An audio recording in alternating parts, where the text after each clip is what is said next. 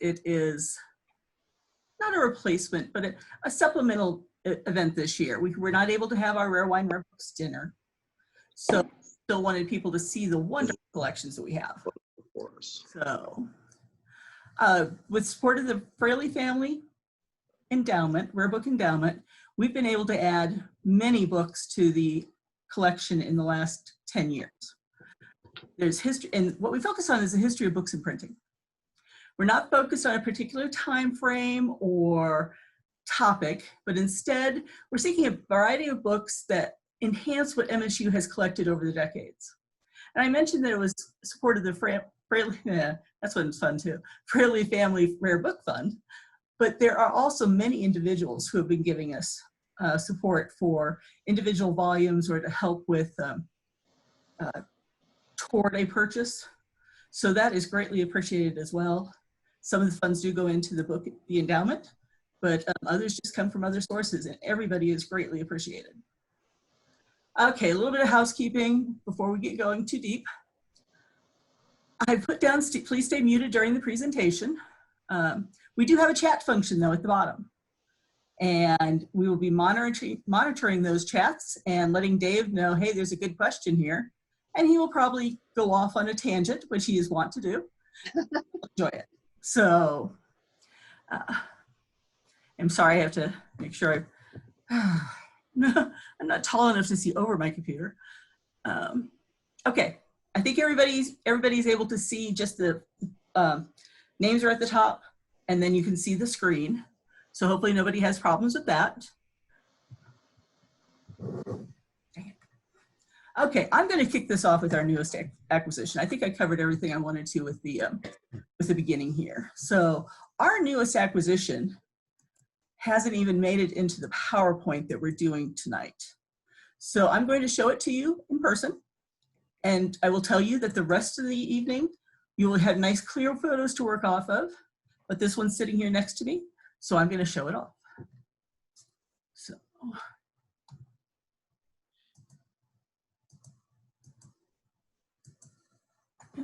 Okay, we have been collecting Mark Twain's first editions for several years. We had some that came in earlier years. You're going to see quite a few Twains this evening. We have added also books that are not first editions, but are a different format to help enhance that collection. Our edition this year is this little volume, light green volume. I will say it's not a lot to look at, but it is Mark Twain's What is Man? And it is a first edition. And it was printed in 1906. What it is a dialogue between the young man and the old man regarding the nature of man. It is thoughts he had had apparently for decades and finally got around to writing them down. It is not what you normally connect with his popular works. It was published anonymously in 1906. I don't know if anyone can see this, but what is not there is the author's name. He made a point, and then the copyright was given over to J.W. Bothwell, who was Twain's private secretary. I don't know what they worked out on that. This particular volume is number 157 of only 250. He had the books delivered directly to himself, so they never went out for sale. He would give a few copies here and there to his close people, and then after his death, apparently the box went missing, boxes went missing. Copies of these started to reappear on the market about 1930s into the 40s. So they were gone for a little while. But it's really nice to add a Twain that is at the other end of his career. So, and it comes with its own slip box. I'm going to slip it into its slip box. And that is our newest acquisition. So the bookseller was very nice to work with us to make sure it got here on time. So at this point, I'm turning it over to Dave Richards. I think many of our participants know Dave or have heard about Dave. Dave was the head of special collections here for almost 19 years. He was the one who started special collections.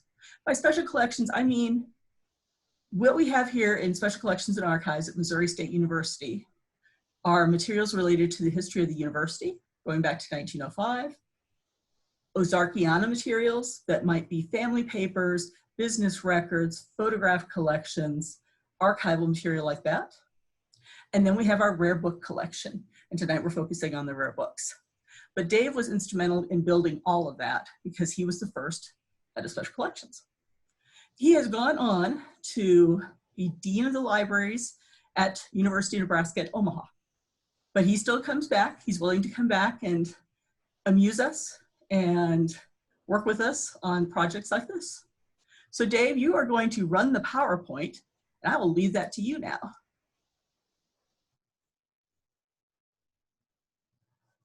Dave, you are going to run the PowerPoint, and I will leave that to you now. All right, so I'm going to go ahead and share the screen. Okay. But it says host has disabled participant screen. Oh, I'm so you want to switch that? I want to apologize. This is the first time we've done this. That's all right. So, good to see everybody. Now. Tom asked earlier if Omaha's still cold. But, no, this time of year it's hot. It's pretty hot. It's pretty steamy. So, okay, now I can share. If I could. All righty. Go ahead and hit this. There we go. Now, everybody should be able to see the opening slide there. And let me see if I can move my little group of folks down below there for y'all. Look, it's great to be with you all. Thank you very much for inviting me, Anne. This is, we've been doing this event for quite a while. This is the 10th anniversary of Rare Wine, Rare Books. Karen and Neosha Mackey had the idea for this, and Derek Fraley kind of gave us an endowment. I'll talk a little bit about that later on. But so good to see so many friends online here. So I'm going to go through some of the neat little books that have been collected over the years. Some of these are repeat performers. You've seen them at past Rare Wine, Rare Book events. If some of you haven't been to those, then you'll have even more excitement because this will be the first time you may have seen these. But at any rate, thanks for inviting me. So we'll go ahead and start off with a couple books here that have already had too much to drink and have fallen over. So, and you know, what's also nice is that all of you that are here, this is a historic moment because this is the first Rare Wine, Rare Books event that's being held where you don't have to wear pants. So you know, that's something that's certainly different from past events. And these right here, these are some Shakespeare volumes that were in the collection. And these volumes were donated to us a few years ago, I believe in 2010. And these Shakespeare volumes were actually dropped off at the Brentwood Branch Library by an anonymous donor. And when the library friends of the public library found the box, they went ahead and opened it up, and they had these rare volumes in there. Well, the library friends and they were like, "Well, these are pretty rare." That they went ahead and contacted MSU and asked us if we'd like to have them, and they're very nice. So these are from 1773. Not a bad date as far as these books are that we're going to show tonight. This is a pretty good one. So 1778, it's an 8-volume set. These were the works of Shakespeare by Theobald. Theobald was an early collector of some of these, an editor. And it includes a rare volume of John Bell's poems written by Shakespeare. So these are pretty good. And like I said, they didn't fit into the public library's collection, so they reached out to us, and we're so glad that they did because now we've got them. They were, you know, owned by a Springfieldian, and the public library decided rather than, you know, put them in the sale, the book sale, and let them just kind of drift off somewhere else. Let's keep them in Springfield. And so this was a nice donation. When we did this, Jim Baumlin gave a little talk at the library. Probably not a little talk, probably a big talk, because he's, you know. So, but it was a great little program where they donated it to us, and we're really thankful that we had that partnership back then with them. So the next one we have is also Shakespeare. This is a set of Shakespeare volumes, little bitty ones, okay? It's a set of 40 books that were produced back in 1932 for the Allied newspaper in London. The set was offered on a subscription basis. Now that's going to be something we're going to see on a lot of these volumes tonight. A lot of these books are not ones that are trade paperbacks or trade printed books where someone goes ahead and prints off several thousand of them. Many of the items you'll see tonight are subscription volumes, which means they determined the number printed by how many people ordered them or pre-ordered them from the very beginning. So this was one set that did that back in the 1930s. And if you subscribed for the entire set, you got that cool little nifty bookcase to go with it, okay? So that's kind of nice. You get a little piece of furniture to go with it. Now the books are bound in an imitation leather called Rexine, and this is the same type of material that they actually would cover automobiles with, the roofs or tops of automobiles. So it's pretty functional that way. Now these are also available in an eye-blowing 6-point font. So you're going to need your reading glasses on when you're looking at these things. 6-point font is pretty darn small. That's pretty much smaller than what you see in most footnotes. Not that they do footnotes much anymore, but these will certainly be a benefit to your optometrist. Now, the set itself contains 38 plays, 1 volume of sonnets and poems, and a final volume that was a glossary. And you can look up things like the term coffin that Shakespeare used, which was an old name for the crust of a pie. I did not know that. So thanks for the notes, Anne and company. They did a good job of providing some of the background information here for tonight's presentation. So those are cute little books. Those are really nice. If you want to see even smaller set, you got to go visit the Johnson Library in Osceola, Missouri. They've got some even smaller ones. And in fact, he has a really tiny one that you really do need a magnifying glass or microscope to read. So one of the things that Missouri State's done, their role in collecting these books really has to do with both covering the history of printing, the history of bookmaking, but also covering the art of the book and how the books are made artistically, how the paper's created, how they're binded in different ways. So what you've got here is a book, but it doesn't look like a book initially. And what this is a neat little book, Queen Mab, it's one of William Shakespeare. We're still on that Shakespeare theme, but this is a fold-out book that has an accordion shape to it. And it is absolutely a beautiful work of art.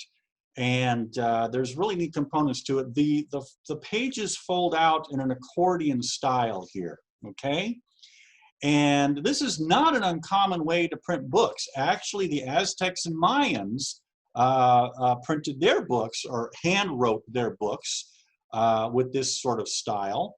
But this artist has put these together. This is out of a little press called Pequeno Press in Bisbee, Arizona. Now, Tom Peters is a frequent flyer to Arizona, so he may have been through Bisbee, and I don't know if that's on Route 66 or not. But this cute little book was created. It's got this accordion style here. Now, Queen Mab is this little fairy-like creature here. Her chariot is the walnut, which is made out of a polymer. And it's pulled by a little gnat. And the gnat is this little bitty thing here. I'm moving my cursor right over this little cutout piece here, and it's pulled along with a string. So this little set is just absolutely adorable with the way, and this is a challenge to print too.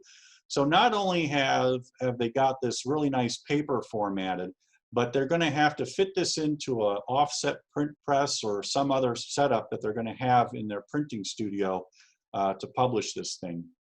And apparently this is a small limited print run, obviously, because there's a lot of work put into this. So only 60 of these were ever created, and we've got number 19 there at Missouri State. So that's kind of cool. Good stuff. All right, now next, we've got what looks like a plain book, but this is actually a good example of some cover art for a book. Now this has got some red leather for the boards, and you've got some engraving and tooling on the outside, and then it's got a gilt inlay. But one of the things that they're wanting to show you on this one has more to do with what's on one of the sides of the book blocks.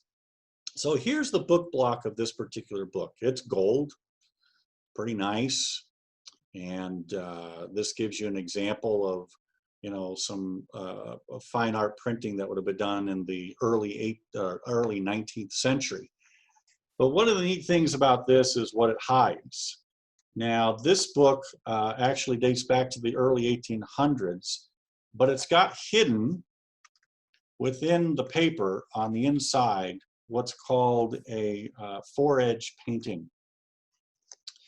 So this is what the book looks like when you're not bending the pages back, but if you bend the pages back just a little bit, it's going to fan out and show you an actual watercolor painting. And it's a beautiful little trick that they did. It really became popular in the 1900s and 1800s to go ahead and do this little artistic feature with the book. And this one's really neat because it's a double four-edge, because if you turn the pages the other way and slide them out, you've got another painting. And it looks like it's seasonal. The one looked like it was, this one's a winter scene, and then the other one, I'll flip back and forth here just to make you dizzy, is got more of a, maybe a summer scene. Well, it may not be summer. Maybe those are raincoats. I don't know what season it is, but actually, it looks cloudy and gray, so it might be a Nebraska scene. It's either cloudy and gray and then winter. So that's pretty much Nebraska. So what you've got here is a good example of the four-edge painting technique there. It's also known as a disappearing or hidden painting. So the actual artist had to put that book, the print block of the pages into a vise. And then that's how they'll go ahead and start painting it with the watercolor. So that's a really nice. And also, don't forget here, these are some marbled boards on the inside here. You've also got some more tooled edging around the side here. These marbled boards are used with a mixture, depending on the time period of when it was done, of mercury and lead and other chemicals. So not that you would ever want to do this, but I would recommend not licking the sideboards of older books from the 1800s and late 1700s. You never know what interesting chemicals are being used for those. Here's that same book closed, and then the four-edge paintings are hidden from view. So that's a really good one. I wasn't there when you all pictured or bought that one. That's a really nice one to have there. So I'm going to stay on this screen for just a minute. Since you all can kind of see me in the corner maybe of your screen there, I'll kind of give you a little background on why we do these things and how Rare Wine, Rare Books kind of came about. So Derek Fraley's been mentioned before, and I don't know if he's on in the meeting or in the Zoom meeting right now, but Derek was a student of mine. And he would show up to class every night wearing a suit and tie. And he just kept coming in night after night, the sharpest looking student that ever showed up. And then one time after class, and he always asked good questions. He asked good questions about what we were taught. This class was on the history of the book and libraries.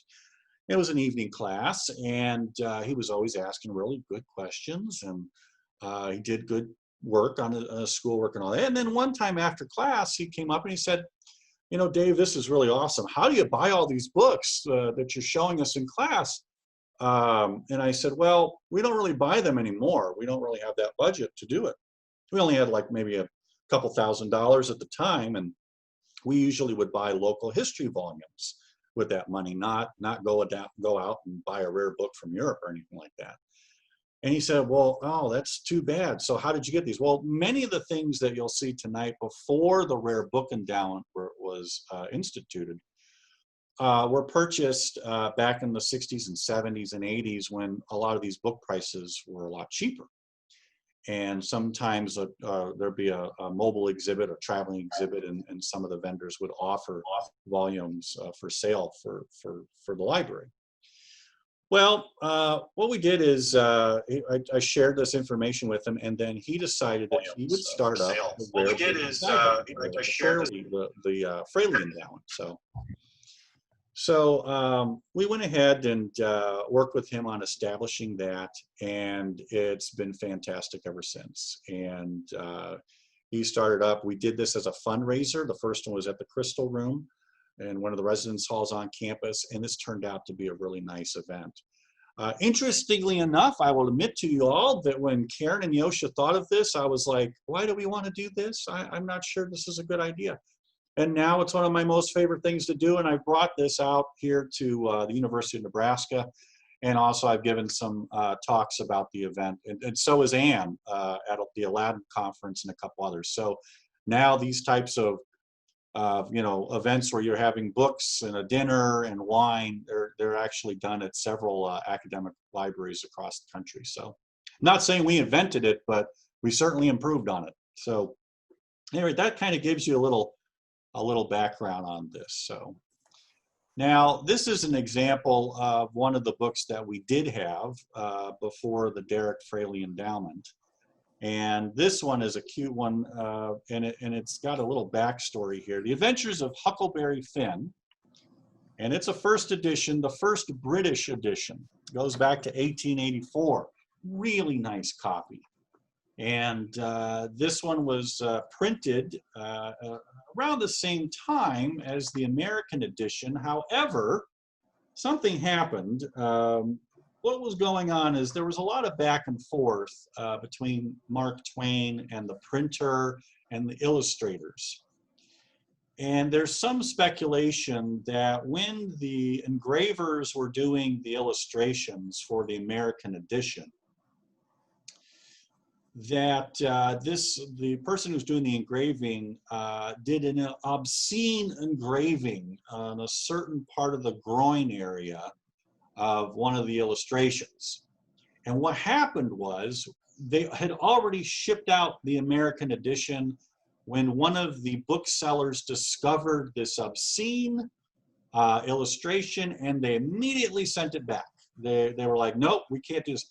So then the publisher saw what was in the volumes, and they went ahead and went back to the engraving crew and said, oh my God, we got to change the plates. They changed the plates. Meanwhile, the British edition hits the bookshelves or the booksellers, and it becomes a hit. And so the English editions weren't affected by this rogue engraver who did this off-color illustration. And so the British edition came out first, and it wasn't until early 1885 that the American edition came out. If you can find a copy of an early American edition, you can make a lot of money off of it, because they're selling, well, at least a signed copy, anywhere from $15,000 to $20,000. This one is not that expensive, but it's a really good example of some of the works that are put out by Samuel L. Clemens, and some of the really neat stuff that was put out. So, and also those existing copies were returned to the books to the publisher to be corrected. So this is a really good example of it. Here's an interior shot. This has got some really good illustrations here. You've got some nice chapter headings here. By the time you get to the 1800s, this has got some early wood pulp paper, but it's not so bad. It's probably still got some cotton weave in there, and so it's not as acidic as the paper is going to get later on. but this is a really nice version of it. And when you get to this era, these are what you use to try and attract people to buy books in bookstores. The covers were often illustrated. They'll have bright colors, they'll have engraving. The covers are nicely tooled in terms of some of the tool work and the style of design that they'll have on the spine and on the cover. So this has got some really good techniques to try and draw in a prospective buyer to buy this when they see it in the bookstore. So these are going to be really nicely illustrated on the outside. Here's another good example. Now this one's Roughing It. And this is one that I think we did buy with the funds from the Rare Book Endowment. And this is actually one of my favorite Mark Twain. It is my favorite because I always enjoy traveling out west. And so this is a good example of a travel log. It's really humorous, and it's one that it's a classic. Now, one of the things that he talks about, some of the things he's doing, it's semi-autobiographical, but it covers mining life and politics, and it talks a little bit about the people he meets along the way. It was published in 1872 before Tom Sawyer, and it's basically covering his travels from St. Joseph, Missouri, all the way out to California. This one's from the American Publishing Company, and it was not available in bookstores. You actually had to, again, buy it by subscription. And the idea was you would reach out to, or the subscription company would reach out to you, either in the store, the bookstore, or he would go door to door and see if you're interested in this. Now this one's in fine condition. It's got some good drawings in there. But the takeaway here that folks wanted to kind of alert you to is a little section on a creature called the coyote. All right. Now, Twain described the coyote in this way, quote, "A long, slim, sick, and sorry-looking skeleton with a gray wolfskin stretched over it, a tolerably bushy tail that forever sags down with a despairing expression of forsakenness and misery. The coyote is a living, breathing allegory of want, with a capital W in the word want. He is always hungry, he is always poor, out of luck, and friendless." That sounds really sad, and it sounds just like Wile E. Coyote.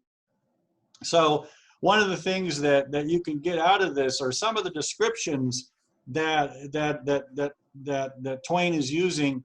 You know, he's very colorful, and he's just a master of putting the great descriptions together for some of the things that he's writing about here. So really nice little book. So, and by the way, that's one of the strengths of MSU and its special collections are the local history books. And they're, of course, collecting Mark Twain because he has the Missouri connection here. Now, this one's another Twain book, really great condition on the outside. Green boards, again, this is designed where if it's in a bookstore, it's attracting your attention so that you'll pick it up. This is a pocket edition. You can tell it goes into your vest pocket. It contains 2 stories, a true story, and then the other one that's bound in here is a recent carnival of crime. And I'm not familiar with either one of those, but this little fine package was put together in 1877. Really good condition for how old it is. Nice view on the inside there. It's got some illustrations. Again, this is something you do to sell the book. You're going to put some more illustrations in there. By this time, you're using machine presses that could crank these out in the dozens. Okay, and this is a really this I think is probably the neatest edition that they've bought there at MSU. This has got not only the original edition of Following the Equator, but this is dealing with this was sold to basically cover some of Mark Twain's debts. And this is a good example of how you buy these things via subscription. So you go to someone's house, you hear about this book that's being constructed based on Mark Twain's travels, and then the the salesperson puts in front of you a little catalog that over here on the right gives you an example of how you can have that book bound and what papers you can use and what kind of fly leaves you want to put in there. And so now you can choose what the book's going to look like. So here's the blue color. This is the one that the MSU has. It's absolutely gorgeous. It's probably the high-end version. And in fact, the little proof book that the salesperson has the actual prices here. I think, well, let's see. I don't know if you guys can see. We're actually the lowest price there. Oh, really? The lowest price? Yeah. Really? Oh, yeah, I see that now. Yeah.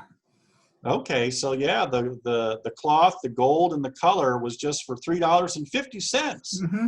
And then if you wanted to go to the half Moroccan leather, then you're up to $6. So yeah, you got the Costco version. Great. All right, so this is just a really neat way to show students how these subscription companies worked and how the subscription companies would pull together these different ways of buying. This is essentially picking out a car, what kind of trim level you want for your vehicle, okay? So you're doing the same thing for these books here. Really nice stuff. So cute little book there, and we now have gotten a slide here where I'm gonna hand it over for Tom for a little bit. Actually, we do have a couple of Twain questions. Do we want to sure, take those yeah. now? Yeah. How about going back one? Okay. We do have, I have the books pulled. There are some I won't open unless I can lay them flat on a table. But Etta was wondering about the image that was hidden on by the other page. And what, Was it on one of the slides? Yes, but she was looking to the left. I think it was the British Huckleberry Finn, but I'm not finding it. Etta, when you are over here one of these days, we will do a special presentation. Yeah, this is the, so the British version That over one. here. Yeah. That is the one. Yeah. So there's So what also was a the question question? down there from Leslie that is for you, Dave. Oh, actually, before we go too far. Yep. I don't know how well people can see that. We can also go off screen. Yeah. So is that the obscene version? No, this no, is the it is British not. version. I was asking about the obscene version, if we could see that. It was supposed We to don't be a have joke. We don't have it. Yeah, the obscene version is in the American edition. I'm going to use my cursor here. It wouldn't have been a Huckleberry. This is a Huckleberry Finn. It was of Uncle Silas. Uncle Silas is standing, and there's a little boy to the left, like over here. And if you look over sort of in the crotch area of Uncle Silas, it's rather inappropriate. So, but in all the editions that you're most likely to see, that's been corrected. But good question. And then there's another one down in chat. And I don't know the answer. I'll have to bring up chat here. It's from Leslie. It's complicated. The only questions I know to ask. Uh-huh. I don't know the answer, Leslie. I'd have to do some hunting. Well, give me the short version of it. Did he publish any of his own books with his sister-in-law? Oh, gosh. Son-in-law. Son-in-law, sorry. I'm not sure. It's a good Do question. we have any additions from that company? I'd have to do some hunting. We might. I don't know off the top of my head. So, good question. Okay, now we can go back to Tom. Sorry. All righty. There we go. Oh, Hey everyone. So I'm not a Twain scholar, but wasn't Twain, he was really concerned about plagiarism. He felt like he was the victim of plagiarism and, copyright violation and things like that. So he may have published some stuff with his son-in-law. So I want to thank everybody for attending tonight. Sorry we can't be in person on the second level of Dwayne G. Meyer Library. But I do want to thank all the sponsors Karen Horney and the Gaskas, I don't think are here. They're probably out tending their tomatoes. Randy and Steven, I don't know if you got your video fixed or not, guys, but Derek's been supportive. I don't think Derek's in here. Hargis's, Kathy Harris, Tom Johnson. I don't think Tom Johnson made it in tonight. Mark McQuarrie's here from his mother, Ramona. Yes. Ron Penny. Ramona was. He's Oh, okay. Yep, you guys, thanks very much. And Linda, last but not least, Linda Robertson. So we're hoping, you know, who knows what's going to happen, but we're hoping we'll be back in the friendly confines of Dwayne G. Meyer Library next summer for another Rare Wine, Rare Books. And so thanks to Dave Richards for coming in from the frozen tundra of eastern Nebraska, and for Ann Baker for all the work that she's done working on this Zoom event. So I'll turn back over to Dave. Now he's got a chance to slake his thirst. I bet he's slaked his thirst. Dave, back over to you. All righty. Since Leslie had stumped me, I have taken a swig. So every time I get stumped on a question, I will take a swig. All right. So let's see what we've got next coming up here. Oh, now we're getting into the classics. All right. So now we have four-footed beasts, the history of four-footed beasts. Now, this one is absolutely fantastic. It has a little story behind it. I know we're starting to get around the quarter till period here, so I'll keep an eye on some of this. But this gem is published back in 1607, one of the oldest books that's going to be there at MSU. This is a fascinating little guidebook or sort of one-volume encyclopedia on all types of animals that run around on four legs. Fascinating classification system. So you're not going to find any birds in this book because they run around on two legs. And you're not going to find any snakes or snails because they don't run on four legs. So kind of interesting how it's classified. So Edward Topsell put this thing together. And he then later on does a book on snakes and serpents. But this is just a fascinating little encyclopedia. This on the cover here, on the title page, is a gorgon. So automatically we're thinking, whoa, we don't know that those gorgons were alive back then. And that means basically that Edward's going to cover mythological creatures as well as actual creatures that would have existed. And you could almost have an entire, or at least half an hour, just on some of the neat illustrations on this volume. To give you a little teaser here on how vicious some of these animals are, this is the antelope on one of the first pages of this volume, and a close-up of it gives you a fanged antelope with razor-sharp antlers or horns there. So this is usually a crowd favorite when we pass this one around.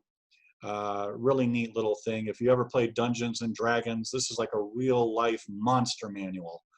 So this thing is really neat. And the thing was, when I first started at Missouri State around 1997, I remember going into the book room that was located in the corner, yes, I think it was like the southwest corner of the building, and this thing was shoved in the corner on the lower shelves of one of the ranges, and we opened it up and it was tied together with shoestrings. And of course Lynn Klein knew about it, and some of the other folks that had been at Southwest Missouri State University, which was known back then, they knew about this. But it was a surprise when I came across it and just thrilled me to death. So this is just a fantastic book. And now they bought some facsimiles so that students can kind of manhandle the facsimile rather than go through the actual pages of this one. So that's a good one. Another classic that we have that was a crowd pleaser is none other than Love Starved and Lonely, She Drove Nude on Route 66. By the well-known author Les Dynasty. Some of you may be asking, why in the world is this a rare book? What is this doing in such an esteemed highbrow program such as Rare Wine, Rare Books? Well, you know what? This is sort of the Moscato of rare books that we have. This is rare for a few reasons. Now, this book is rare because there's not many left, okay? Because no one wanted to keep them around. It is a pulp fiction book from the early 1960s. I think it dates back to 1964. And it is, you know, something that has to do with our local history. Why? How do you connect it? It's Route 66. Springfield, of course, is tied to Route 66, the birthplace of Route 66. And you can blame this on Tom, because Tom Peters gave me some money and he said, buy books that have Route 66 content or the title or something that ties in with Route 66. And so we came across this and we're like, well, we didn't know what it was about, but it had Route 66 in the title, and we thought, well, this would be fun to go ahead and purchase. So we did. If you were to read this thing, it's just chock full of typographical errors. It is the worst editing job you'll ever see. The publisher saved some money by putting the same picture on the back cover. I love the little tagline here. I'm going to pull it up with my glasses here. He shared a trailer with a lovely, passionate girl who hated men but lusted after them. And by the way, we have the complete and unexpurgated issue or edition of this volume. We have been looking with no luck for the abridged version. We haven't had any luck finding the abridged version of this. But I have to say that when this was first exposed to our Rare Wine, Rare Books audience a few years ago, that it was one of our most popular editions and seemed to linger around at the various tables longer than any other volume that we had passed around in quite a while.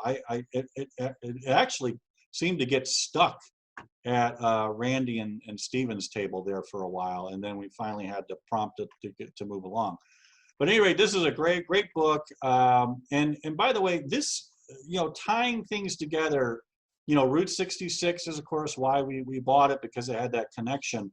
But if you were to look at the Arthur Rimbaud collection, there's a lot of books in that collection that would really make your eyebrows raise as to why we have certain books in that collection. It has to do with these tangents that the curators are going to have in terms of bringing some of these books into the collection. So that's a great little book.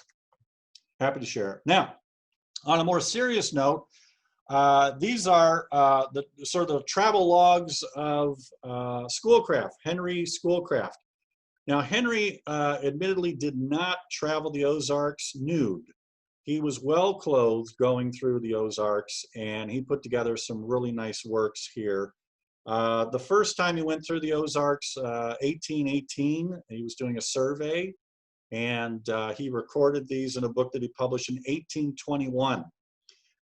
It was called A Journal of a Tour into the Interior, Missouri and Arkansas, into the interior of Missouri and Arkansas. It's also known as the semi-alpine region of the Ozark Mountains. That's fascinating. There is nothing semi-alpine here in Nebraska. But this is the bicentennial of the book that was issued in 1821. We'll be celebrating that bicentennial a couple of years. But you celebrated the bicentennial of the actual expedition just a couple years ago. And so this volume over here is the 1821 edition. And then there's like an expanded version that was done in 1853. The 1853 version is actually a little bit more well-known, because by then, people were actually interested in moving into the Ozarks as they're moving out from the east and moving out west. So really, really good, really fine volumes. These are really nice to have. And this is This is what local history collections strive for, to get these early printed books that really document local history. And one of the things that Tom has done a really good job of, and before him, Neosha and Karen, was really focusing on local history collections. That's what's really strong at Missouri State. And, you know, documenting the Ozarks, and Tom's done a great job of whatever, you know, he's looked at the Ozark Jubilee, Route 66, when we talk about Rose O'Neill and Laura Ingalls Wilder. That's what academic libraries do when they have strong local history collections. They really help out with the scholarship and with learning for our students. So it's really good stuff. So those are really good. Here's a fold-out map that's in the earlier version, the earlier edition. Great condition to have a map that can still fold out and doesn't break to pieces. And the publisher gave you a deal here. Not only do you have the Ozarks, you can go all the way down here to Florida, and what is up here? A little bit of Nebraska up here, it looks like. So what a great book. That's an awesome little volume you got there. Here's the inside. Looks like this is from the later edition. Great printing quality, good paper stock on this one. Just some fine, really fine volumes there. So now, continuing on the local history tack here, we've got a special Literary Editions Club edition of The Grapes of Wrath. This is a John Steinbeck classic. Tells the story of the Joad family. And again, we're touching on Route 66. So they probably traveled Route 66 during their way out to California. The original Grapes of Wrath was published in 1939. And this set is from a year later and was put out by the Limited Editions Book Club. Now this one is, just like it says, it's put out for a limited number, and they actually go out and get the subscribers first, and then they do the print run. So for this set, they published 1,135 copies, and the one that you have there at Meyer Library is numbered 514, number 514. And this is kind of neat. The book is trying to kind of give you a sense of its topic. So what they did is they've got this leather sort of rawhide binding here on the spine. And then the paper, or the wrap that they have on the boards here kind of gives you a sense of some dry grass, you know, to kind of indicate the dry Dust Bowl era of Oklahoma. It's really nice. This is where Zoom meetings fall short, because if we could pass this volume around, I think you'd really enjoy the tactile sensation of the rawhide and this sort of grass-like feel of the covers. So sometime this summer, make an appointment to visit Special Collections and Archives, and you can pull that volume out and take a look at it close, okay? So that's a really nice book that they've got there. So. Now, here's another example of a Literary Editions book, Adventures of Huckleberry Finn. And the reason they bought this one has to do with the illustrator. If you look up here at the very top, it says illustrated by Thomas H. Benton. Well, that's fantastic, because he's also a Missourian, so this certainly ties into your local history collection. So you got the Mark Twain author from Missouri, and then, of course, the favorite son of artists here, or there in Missouri, being Thomas Hart Benton. So beautifully illustrated book. Again, this is a limited edition. Came out in 1942. Only about 1,500 of these were printed. The one that's there is number 324, and it's a bonus. The bonus round is it's signed by Benton. So this is a real nice keeper that you want. And, you know, honestly, most of the time, academic libraries could care less if they're signed, because we're not really interested in those signatures. What we're really interested in is the content and the quality of the binding, and what that book is showing us, either about the author's progress or about the publication quality, and you know what the printing press is telling us about that particular edition. But this one's signed by Benton, so it's kind of nice. Really nice edition. Oh, this one's cute. I did not know about this one. This must be one of the ones you purchased in the last few years. This book is a book about books. It's a book that's telling you about a book. It is a book that tells you the certain parts of the book. So it's really about the book arts and teaching people about the different segments of a book. So here, the creator, let me see here if I've got who put this together. The artist Pat Sweet created this, and it's I believe also a limited edition here. But what the producer did here is the cover art is actually named, and then the title and the author, and they do the blurb, and then they do on the verso, the back cover here, you've got the author's photo. And so this artist is actually doing a great job of having fun with this book, and they even put a belly band around the book. So you have the dust cover, which you can kind of see through the translucent belly band here. But the belly band is put around a book, and it's basically a dust jacket that goes all the way around, and it seals it. It's usually used to sell the book. It'll have a special illustration on there, might have the price tag and things like that on there, but that's kind of neat that she included in there.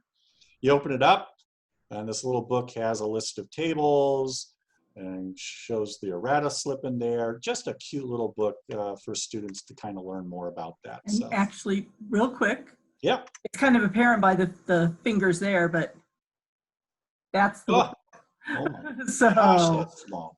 yeah. Wow. So, but that's really good. And that one's called The Book.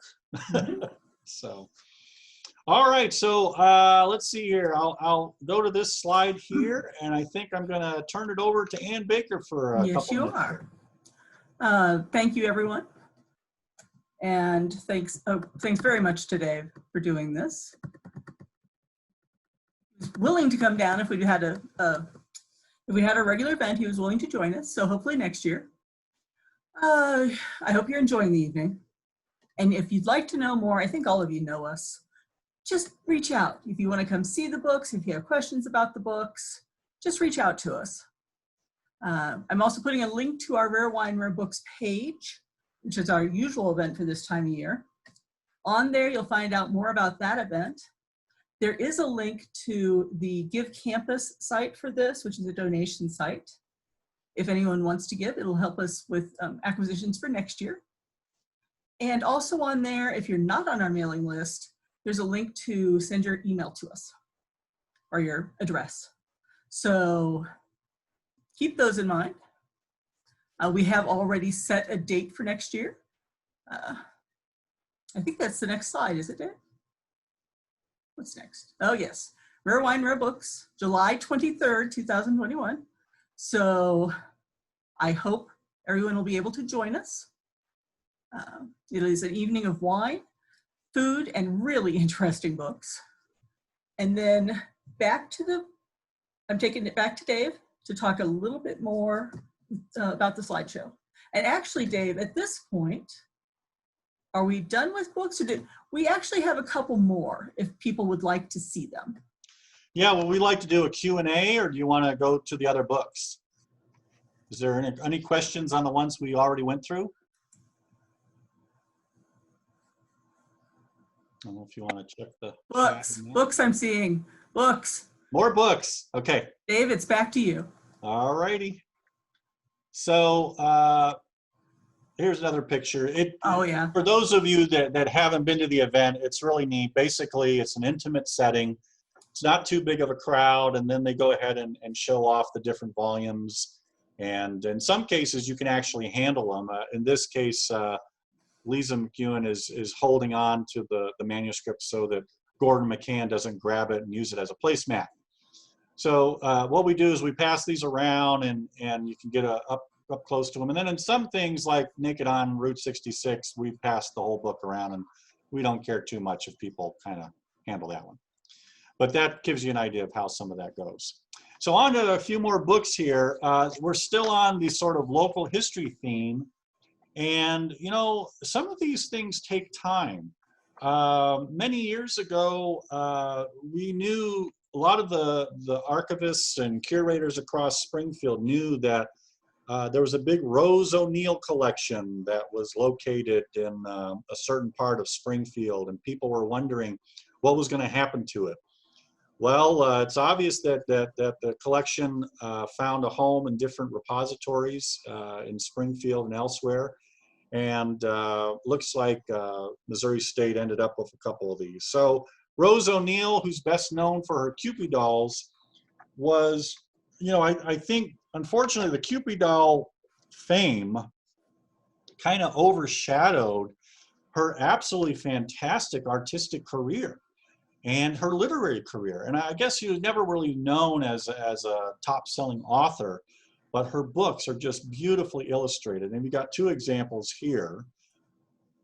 She passed away in Springfield in 1944, and her nephew donated her books, letters, and art to various historical organizations there in Springfield.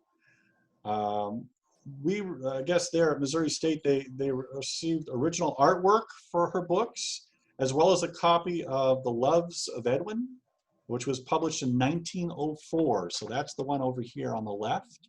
And then also, it got the university interested in buying some other copies. And so it looks like MSU bought the edition of The Goblin Woman by Rose O'Neill. And so here's some, and by the way, so Rose wrote the text, but also illustrated the volume, and you can get kind of a sense for her illustrative style there. It's absolutely beautiful. There's another, this is on the backboards of The Goblin Woman. And so you've got some illustrations from Rose O'Neill on the board here and the fly page on the back. And then a little bit of about the author there. Here's some more of the illustrations. Now this, of course, shows the Cupies in Cupidville, and these were, of course, sold. And in fact, if you know, they were used on Campbell soup cans, for example. Those are the little figurines that were used in the early advertising campaigns for the soup. But there's also some other neat things, like the Goblin Woman book that was published in 1930, and it's about a woman who disrupts the lives of everyone in a small New England town. And there's some illustrations that she does. We've got some illustrations here. This is my favorite one that you got, that the team there at Special Collections shared. This really gives you an idea of her talent in terms of illustration. During the middle of her career, she went out to Paris and learned some new techniques. And when she came back to the States, she started implementing some of that technique in some of her work, as well as the Sweet Monsters series, where you got these enormous hulking beasts, but they're actually lovingly embracing women or other people in some of her drawings. So really nice, nice local person who ended her career there in just south of Springfield. So really nice illustration there. Another local author, Laura Ingalls Wilder. Now we're getting into the era where Tom Peters came in and really showed an interest in trying to document some of the local history authors, and of course Laura Ingalls Wilder. She may have lived around different parts of the Midwest, but she settled in the Ozarks, and her books came out of the Ozarks the time when she was in the living in the Ozarks. So I got a couple here, the Little House of Books, and thousands of editions of her books are out there, but it looks like MSU wanted to do the first editions and the ones that were illustrated by Garth Williams. So here's two nice examples that are in the collection. Here's another one that's not as well known, but she published this one, By the Shores of Silver Lake, and it's got a nice imprint, 1939, nice illustration. In this case by two different Women. Yeah, women illustrators here. So that's a nice copy you got there. One of the things that, you know, are fascinating is what do books illustrate, or not, what do books convey in terms of emotion and thoughts? And, you know, sometimes you can buy these books for an academic library at a reduced rate if a book is inscribed not signed by the author. If you get it signed, that's a detriment to collecting it because it raises the price. But if someone has written in a book or done annotations, in many cases, it lowers the value of the book to the collector. But for the academy and for the academic library, this actually helps us because it lowers the value and allows us to possibly purchase the book. And that's all nice, but what's neat too is what this little message is telling us. This is telling us that Aunt Helen, back in 1969, is wanting to bequeath this book to Janet Lynn and her children and grandchildren. And this, to Aunt Helen, was a beautiful book, and it meant something emotionally to her and sentimentally to her, and she wanted to pass the book on. And this is important for us to have in our collections. And it really shows how people viewed these books in certain sections of time. And obviously this had an emotional impact with Aunt Helen, and she wanted to share this. Now, ironically, we can tell that it only reached certain of the children because then it ends up in an academic library. So it ended up by some bookseller, and then Anne or someone from her team purchased it and then added it to the collection. But this kind of dovetails to another book that also has annotations in it. And this is the oldest bound volume that is in special collections, I think still to this day. Dates back to 1502. 518 years ago, this thing was published by the Aldine Press. This is another crowd favorite. It's been around at MSU for quite a while. It's in absolutely outstanding condition for how old it is. This has a phase box that it's placed in, and it protects the book itself. But this is the binding that was actually used in the 1500s. This was actually a student textbook of sorts. Ovid's Metamorphoses was an epic poem that was being taught in various universities in Italy at that time.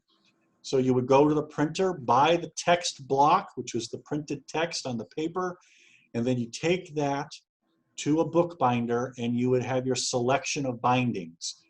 Poor students in Italy would not have used a very extravagant binding, so they would use this pigskin style or calfskin style, very plain, very simple, and they would handwrite the title on the spine in an ink. As you open this up, you have the classic Aldine Anchor and Dolphin, and this is a very famous publisher during the early age of printing. Since this is coming out in 1502, it's only a generation and a half after the invention of the printing press by Johann Gutenberg. And what the Aldine Press does, they improve upon the press, and then they realize that, well, not just the Bible should be printed, but what about the Greek and Roman classics? So they go ahead and reprint all the classics in Greek and Latin, and they are the ones that kind of invent the italic typeface and making it more readable and making it sort of available for these students to learn. And some students have annotated the title page here, but also in this photograph here, you see something that probably could bring a chill up and down your spine. Here's an annotation, some marginalia right over here and on this other side. And this is my favorite part of the book itself. What you're seeing are the thoughts and ideas that that student 500 years ago was thinking when they were reading this book, either for class or for pleasure, just to learn more about this poem. And if you can read that spidery script, you can actually have an insight as to what that student was thinking and feeling 500 years ago when they wrote this. And sending that message through space and time, just like Aunt Helen did, is what these books do when you can capture some of this marginalia. And that is just absolutely thrilling. We don't see that as much on a Kindle ebook, right? We don't see that as much in terms of a web page or a blog posting. There's not many blog posts out there, if any, that are 500 years old. And maybe if they are 500 years from now, it'll be a different sensation. But the book, the rare book as an information package, is something that you can still hold today and flip through those pages. Who knows? Maybe there's aspects of the bubonic plague in the corner and creases of this little book. And maybe it's good that we're in our own plague days here in COVID-19, that we're not passing around books that might be infected with the virus, right? So we're doing something safe with this program tonight, and we're sharing these things with you. And it's a shame we can't touch these actual books, but I bet you next year we're going to have a nice program and you'll be able to hold these books again. But I think that's fascinating that we still have Ovid's Metamorphoses here and other books like it. So if you liked what you saw here, give Carl a call or give Ann a call and donate some money so we can get some more of these beautiful books for the collection here, okay? So I've really had a great time being with you. I'm going to stick around for a little bit if you want to ask questions. We could unmute, I guess, and the trouble is I've been on Zoom conferences where if you unmute and they all talk, it breaks Zoom. But if you want, I'll stick around if you have some Q&A. And thanks again for letting me join you here. Give me one moment before we break Zoom. Sure. I wanted to thank everybody for being here this evening and everybody who made this possible. Our donors for the funds, library administration, thank you. Dean Peters, and the foundation, of course. Carl is a great help to us. And then the staff in special collections and archives. They are wonderful. So, and of course the audience. So glad you could be here. Hope you found something that you found entertaining. And we do have the time for questions and answers, but you are always encouraged to visit us and see if there's, and we'll show you collections. That's what we do. So you don't have to be a serious academic. You want to see something, come talk to us. We'll work with you. We like the company. Oh my God, look at all the chat comments. Jiminy Christmas. I think you got the major ones though. And we can go off Zoom now, off mute now. We'll see what happens. But everybody wants to unmute, that is fine. And ask Dave questions, that is fine as well. Leslie, stump him. Is Leslie still there? Yes, she's thinking. I can see her thinking. There she is. Why didn't anybody tell me that we couldn't wear pants? We didn't have to wear pants. Hi. Hello. I see that Randy and Steven still have the rowdiest table. Yes.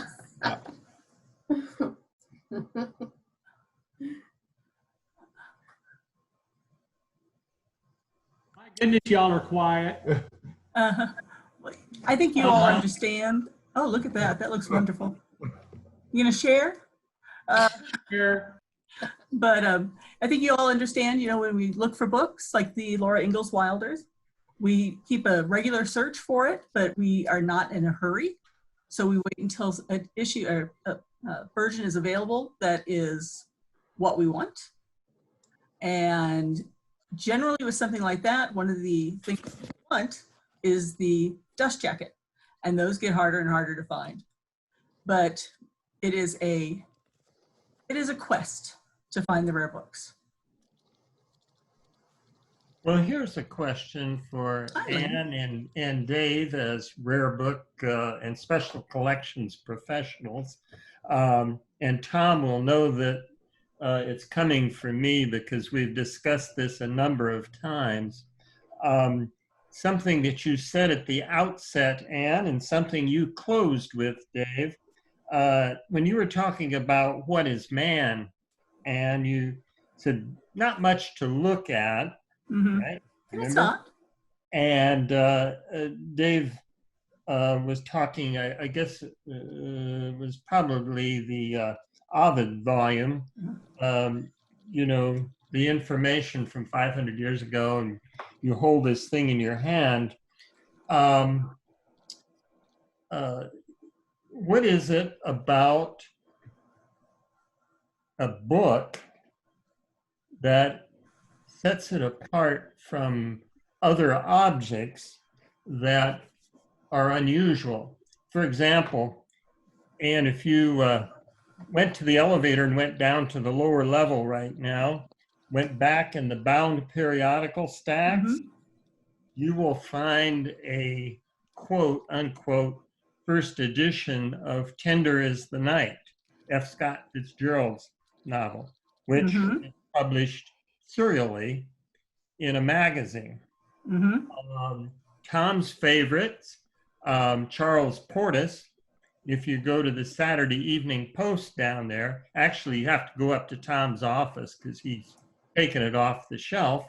You'll find two of Charles Portis's novels, True Grit and I want to say Outlander, but help me out, Tom. What's the other one? But Dog of the South, Norwood. So, and if you look at these magazines in the particularly turn of the century, early 20th century, 20s, 30s, even into the 40s, you know, the fact that they were published serially is not unusual. That's been done for hundreds of years. But the quality of the production in those magazines, the illustrations are just incredible. The print fonts are incredible. Why do they not have the same cachet as a book? And it's just, I'm not arguing that, I'm just No. proving So that. you're thinking that if we were to collect those, we would have to collect the individual that they're in, because that's, I would not see combining, taking the pages out, because that's something where I think context matters. It puts the context of their time, the audience, who is looking at that magazine, who subscribed to that. So there is that. We haven't really pursued that. We could. And if you have any ideas, I would appreciate them. We do have a Lanford Wilson collection, the playwright, that helped us develop. He did the research for us on what we might want to get. And it's another one where as we find copies available, we've been adding to that. So I do not see, but like on A books, I don't see the type of thing you're talking about. And I don't know how the book selling world sees those. Like I said, I would want them in their original format if we were to have them. Yeah, and my question is more a psychological one. You know, no. What is Too it late in that, the evening for psychological. What is it that we value about books that we don't value about the print pulp magazine? It's true. You know? Well, magazines are ephemera. I mean, they were not meant to be kept forever. Books stay on the shelf, go down generations sometimes. But magazines are basically a form of ephemera. They are read them, same as newspapers generally. Read them and discard. Except for comic books. Yes. Yes. Good point. Yeah, I think Anne hit on it there, that, and you're right, Lynn. Many times the very first edition is serialized, and there's very little change before it gets into a monograph format.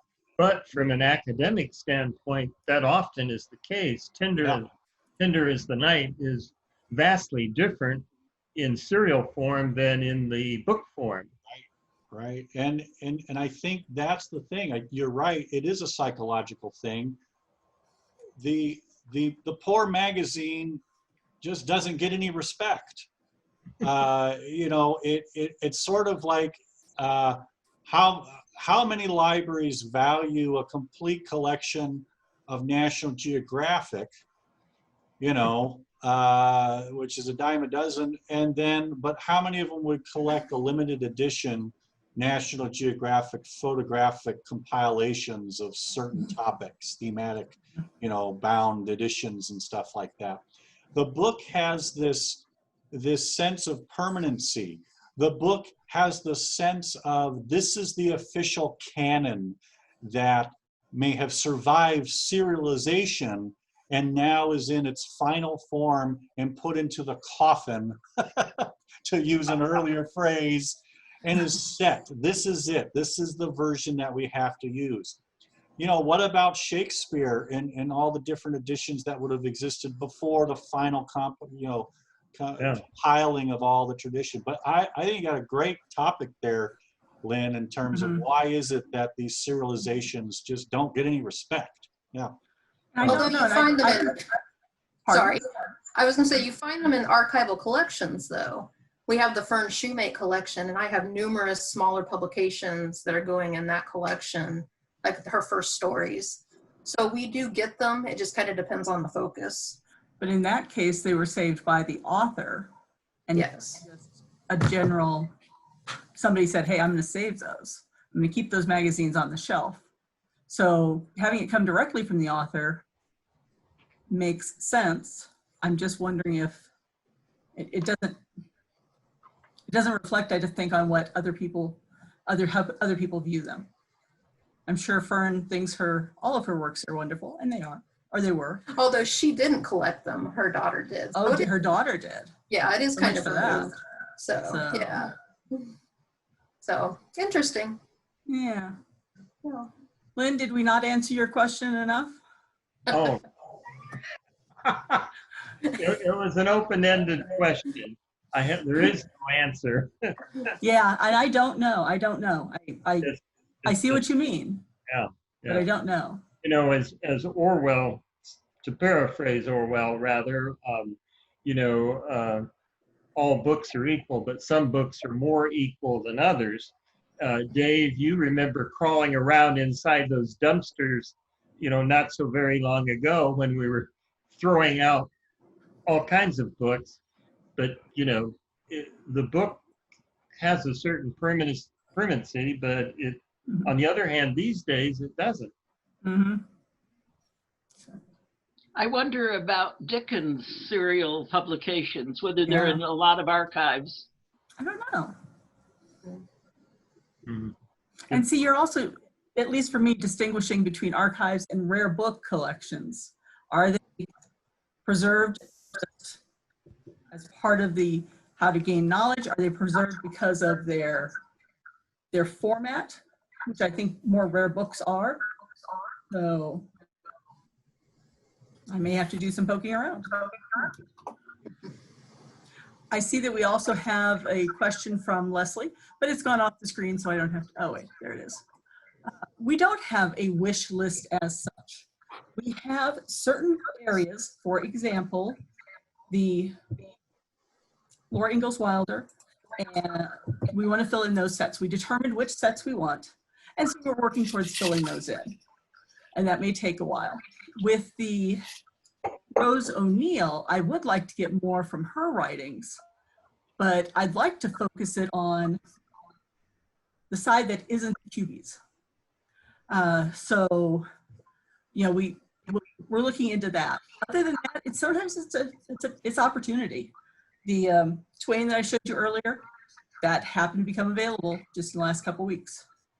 So yeah, not a wish list of definitively, it's a lot of opportunity. So.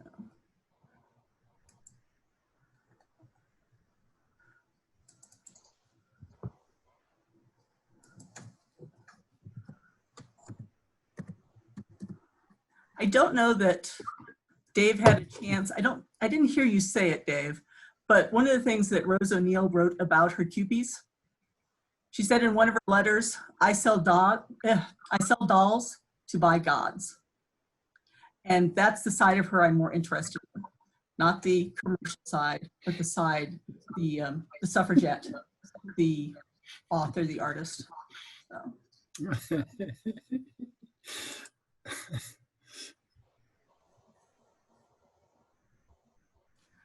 Do we have other questions? I don't know that anything's come up.